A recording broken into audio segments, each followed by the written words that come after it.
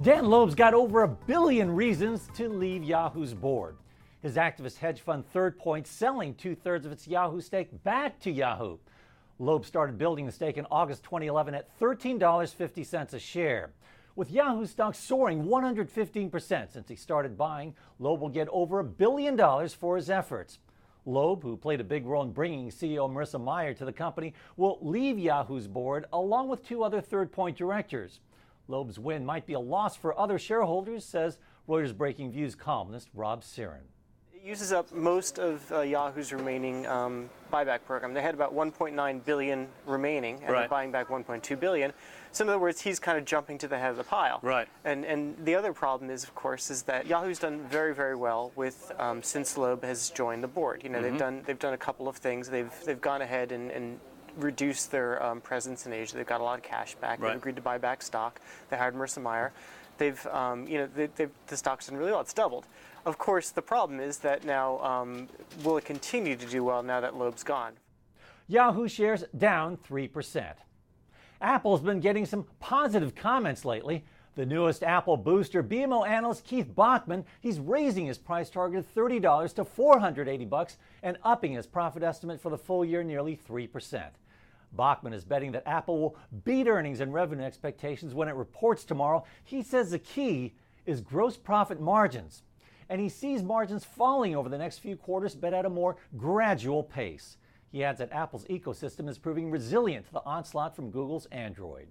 UBS also lifting its earnings estimate on Apple. Among other things, it credits strong sales of iPads and especially iPhone activations at Verizon Wireless stores. Just last week, Verizon said it had activated many more iPhones than it had expected last quarter. Apple shares getting a slight lift on the news, up nearly 0.5%, trading just below their 50-day moving average. They're down 20% this year. Received any unwanted emails in your Gmail lately? Well, users have taken to Twitter complaining about ads showing up directly in their Gmail inboxes. Tech news website CNET's reporting Google has begun including ads as email messages to drive up revenue. Now, Google's always had ads next to messages, but never in your face like this. The ads have come with its new tabs feature, which is still in beta. Shares of Google up 1.5%, back above $910 after last week's earnings miss. Our soaring stock getting a huge boost from Google. It's buying a 6% stake in Taiwanese chipmaker Himax Technologies, which develops liquid crystal display technology for Google Glass. Why? Probably because Larry and Sergey think the device is their next big thing. Shares up 34%.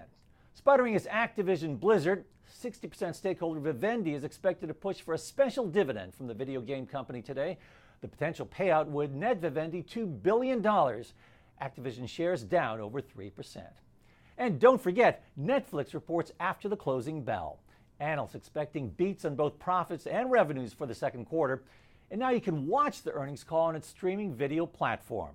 Yahoo got some mixed reviews after trying this for the first time last week, eager to highlight its video streaming capabilities. Netflix ought to offer a better show, considering the Emmy nods for House of Cards and Arrested Development. Now, imagine if other companies started showcasing their products in earnings calls. Maybe McDonald's should have put its results in Happy Meals for a limited time only. Pfizer could offer Viagra samples to investors when it announces soft results. Zoloft after back-to-back earnings misses. Or BP could start releasing its earnings reports into the Gulf of Mexico. Those ideas may be ahead of their time or maybe a tad out of line. While Netflix shares, they're down slightly ahead of the report. And that's Techquity this Monday. Remember, you can follow us on Twitter at RTRS Techquity. I'm Fred Katayama, and this is Reuters.